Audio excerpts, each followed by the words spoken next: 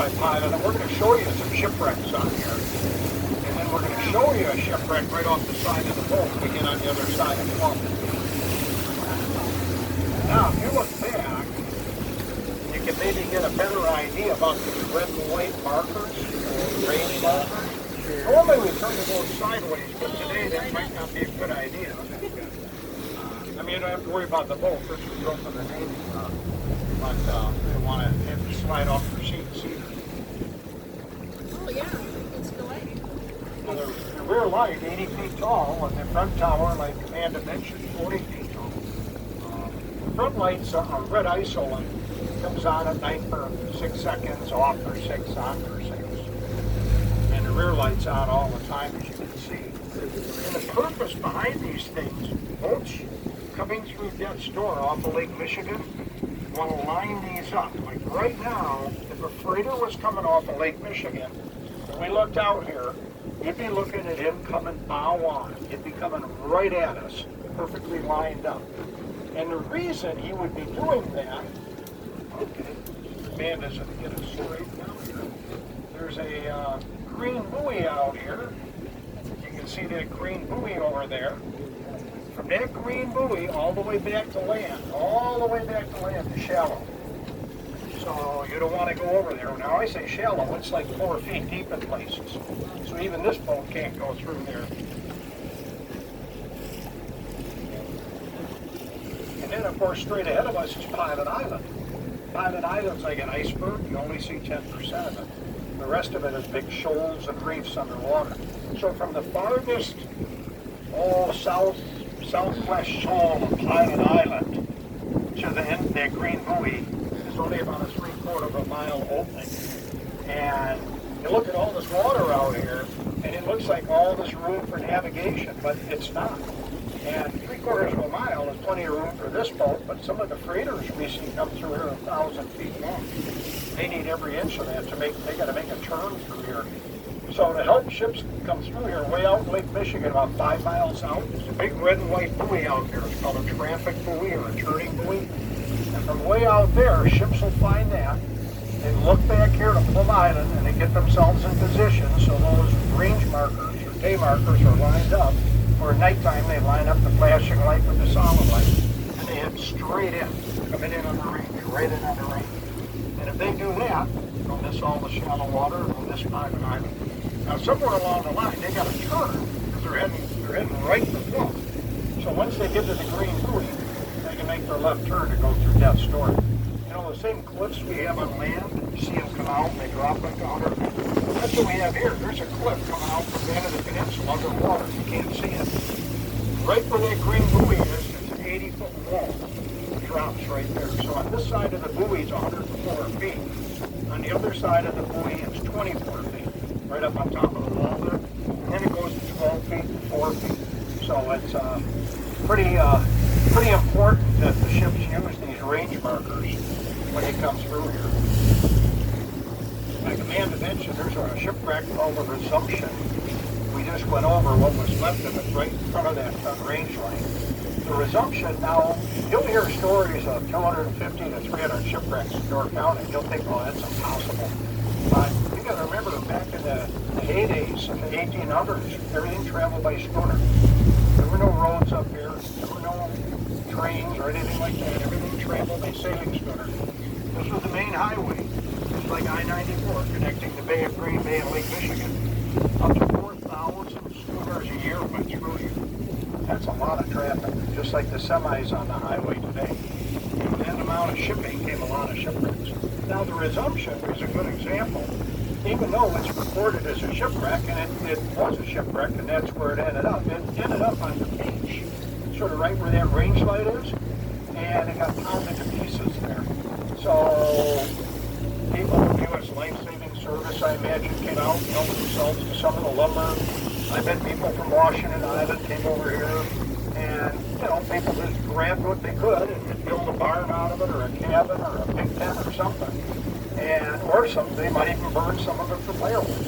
And so the actual wreck itself, if you go diving there, you'll find some boards down on, well, I'm sure they're down quite a ways on the slope there. And to tell you the truth, you'd be hard pressed to look at them and go, oh, that's a shipwreck.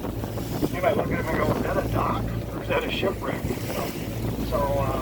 But there's other wrecks that happen where a boat would go up on the beach and be recorded as a shipwreck and then pull it off and would go on to sail again. So just because you read about 250 or 300 shipwrecks up there doesn't mean they're all still here. There's about 4 dozen you can dive on up here. Some of them are like the ones we're going to show you today are all busted up. There's others. A friend of mine found a wreck about 20 miles north here in upper Michigan waters, north of St. Martin Island up there. And it's a schooner that got caught in a storm and it sank stern first. And then when it hit the bottom, it settled straight down. And the bowsprit is still on the bow with the rigging hanging from it.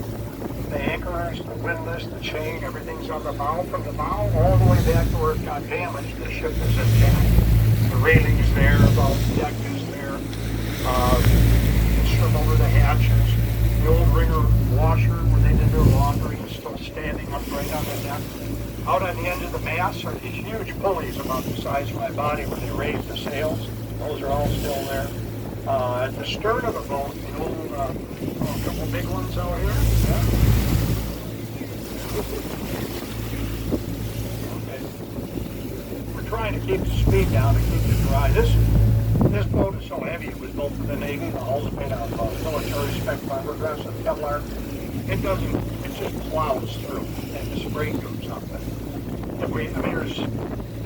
If we were out here going on a rescue or somewhere and we had the throttles down, it'd be a much smoother ride. But the spray would be going right over the roof. Umbrellas wouldn't help you. So the Navy nicknamed a boat like this a wet boat. But anyway, that wreck I mentioned, the R. Williams, the big cast iron stove, when the ship was sinking, it fell off the back or out of the back. And it landed upright on the bottom, and the ship landed. I'm assuming the stove got to the bottom first, and the ship landed right in front of it. And all around it, from the stern where it was damaged to the stove, it's just a big, huge debris field of all the cups and saucers and pots and pans and china, various, boats and things like that.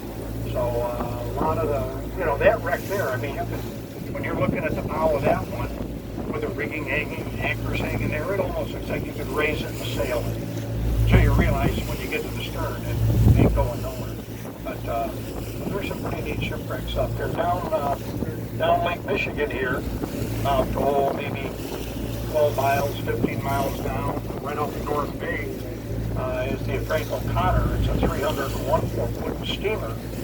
It caught on fire out in Lake Michigan, and the captain thought if he could beach it, they could save the cargo of coal. So they put the throttles down and they were trying to get over to North Bay where it was shallower to run underground. And finally the fire was getting out of control. They lowered their lifeboats, rowed away, and it burned and sank. So the whole upper structure is gone, but the whole lower hull, 301 foot of it, is sitting upright on the bottom. And then back towards the stern, you got these 2 huge boilers. Each boiler is about the size of this boat. They're huge, big boilers. And then right behind it is a 30-foot tall steam engine with all the control levers and gauges and everything on it. You can see the catwalks where they used to stand at the controls. And then behind that, you got your big 12-foot shaft, or the shaft and a 12-foot propeller. And there's one wrench line down there. I don't know if it's still there. I swear, when you lift up that wrench and you're underwater, where it's more or less more weightless, and you lift this huge wrench up, and I think to myself, my gosh, I don't think I want to meet the guy who carries this wrench around on the boat. It was a big wrench, so a bunch of tools lying around, things like that. So there's some pretty neat shipwrecks.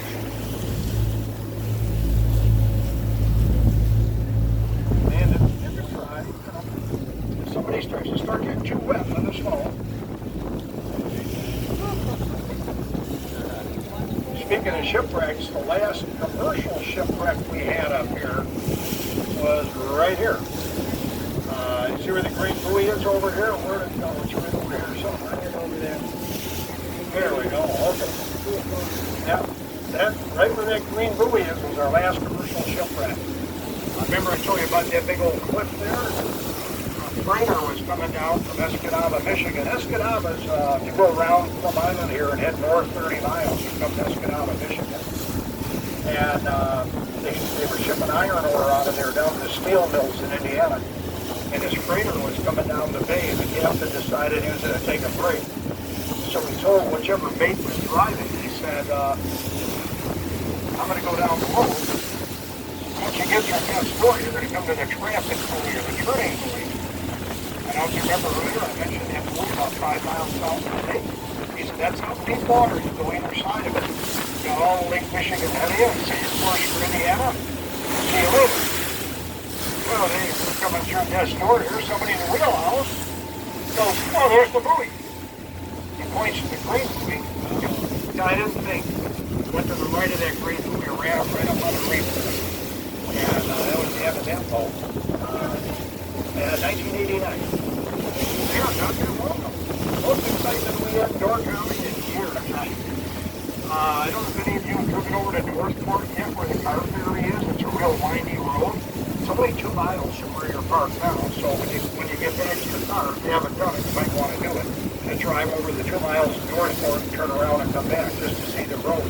But there was cars backed up that road for like 3 blocks. A couple hundred people on the beach here taking pictures. TV crews from Green Bay were here with their cameras. And so over a week, they had to bring tons of barges from far away to Chicago. And they had to unload this whole freighter. And, you know, here you got like a 600, 700 foot long freighter full of iron ore. That's a lot of barges of ore. So they finally got it unloaded. The trucks were able to they pumped all the fuel off it. They dragged it off the rocks. And it was still intact. Badly damaged, taken on water, but the pumps were handling it. And they got it down to the shipyard in Sturgeon Bay. And at that point, they decided, forget it. They cut the back end of it off, pulled all the machinery out of it, and they put a big notch in it. And so turned it into a barge. So a tugboat, especially designed tugboat, fits into that notch now, pushes it around. So it's still, from the distance, if you see it out there, it looks like a freighter. Then if you look carefully at the stern, you realize, oh, wait a minute, those aren't cabins back there like normal. That's actually the tugboat you see. And the tugboat's a pretty big boat, 135, 150 foot long. So it's got not a little harbor truck, it's a big truck. That was a massive commercial.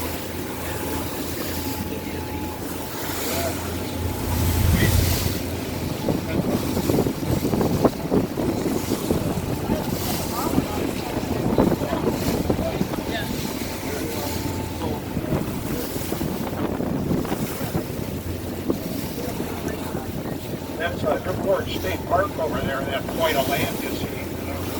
So we have 5 state parks in Door County. One of them, that particular park, Newport, is sort of like a wilderness area with roads going in. It's dead end and a couple of really nice beaches. Although the high water this year, I don't know how good the beaches are right now. Lake Michigan and Huron, which you're on right now. Michigan and Huron are technically one lake, they're connected. So you're on the largest spot in the freshwater in the world right now. We're at the all-time record high level of history right now. Just 7 years ago, 2013, we're at all-time record low in history. And in 7 years, it's been the most dramatic increase in history. So since 2013, we're breaking records left and right. Now, the Army Corps of Engineers and the Coast Guard are predicting that the water levels are supposed to start, well, they traditionally fall in the fall. They start going down usually in August. And it's down this week already. So they're predicting it's by September, it might even dip below the all-time record. But every month this year, including July and August, we're broken the record. So we'll see. I don't know how they can predict all. I think we're in the rains for the next 3 weeks. Oh, yeah. We had to go the passengers up higher because the water was so high. Yeah. This year they had to make it lower. Yeah. It was only the water going up real quick. And if you were here 7 years ago, you could have just walked. Yeah, I mean, no problem. You could have driven it was like a 2-lane road going out there. Not as fun. Oh, yeah, I suppose the tractor would be pretty good. I still can't get it.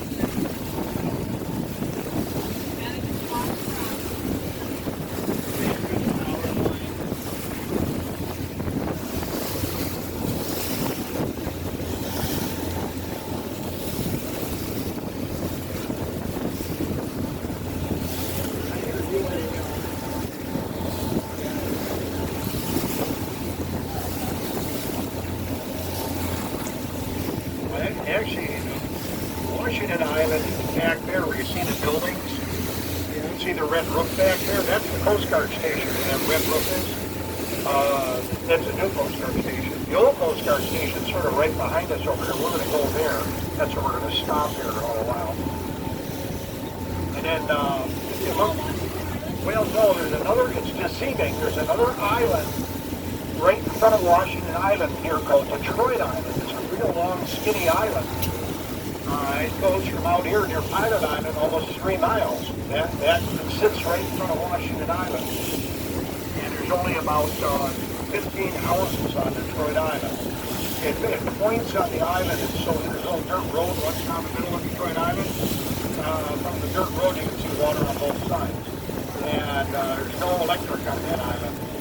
So the houses that are out there are pretty much summer cottages. Nobody lives there year-round. And the people with property out there, there's a small marina right next to the ferry on Washington Island. People with property out there will keep like a pontoon over the boat over there. They'll put their hot ferry, all their gas cans, their generators, and their groceries loaded into their little boat. It's only a couple hundred yards from Washington Island and Detroit Island. They'll go out there for the weekend. They might go out for a few weeks in the summer. Then at the end of the fall, like in October, they have a cleanup summer party. And all the people coming out and pouring up their cottages or secure things and drain things. The island remains warm next spring. And on Memorial Day, they have another party where they bring on chainsaws. Over the winter, trees on the road driveway. They just hope a tree didn't come down on their house during the winter. A little different. Birds out here with the rustlers, you notice that? Wow, look at that island. That was what she That's what she saw.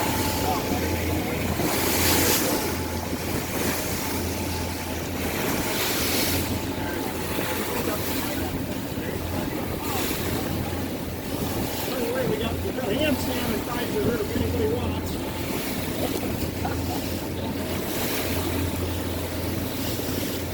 Yeah, out the road, what's over here was that my plum.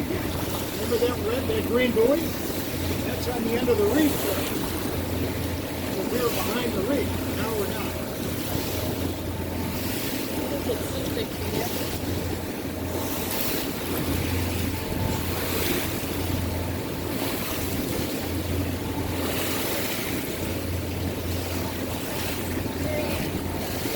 Yeah, the birds are up there. Where you see them up near the island? Yeah. There's a whole flock of them. Like there used to be trees.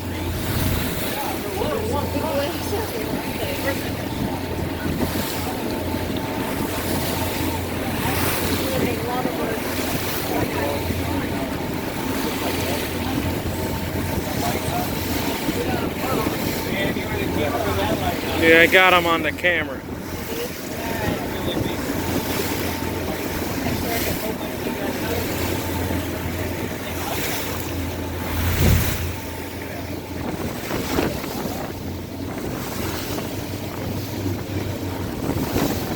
When we get there, they're all gonna fly away.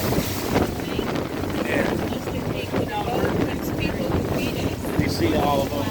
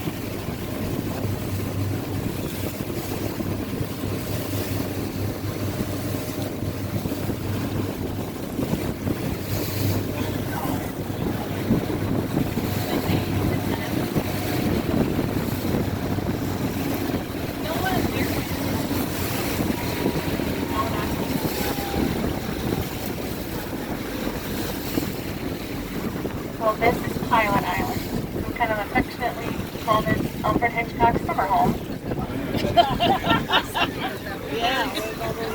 So this island used to look exactly like everything else. It had tons of trees.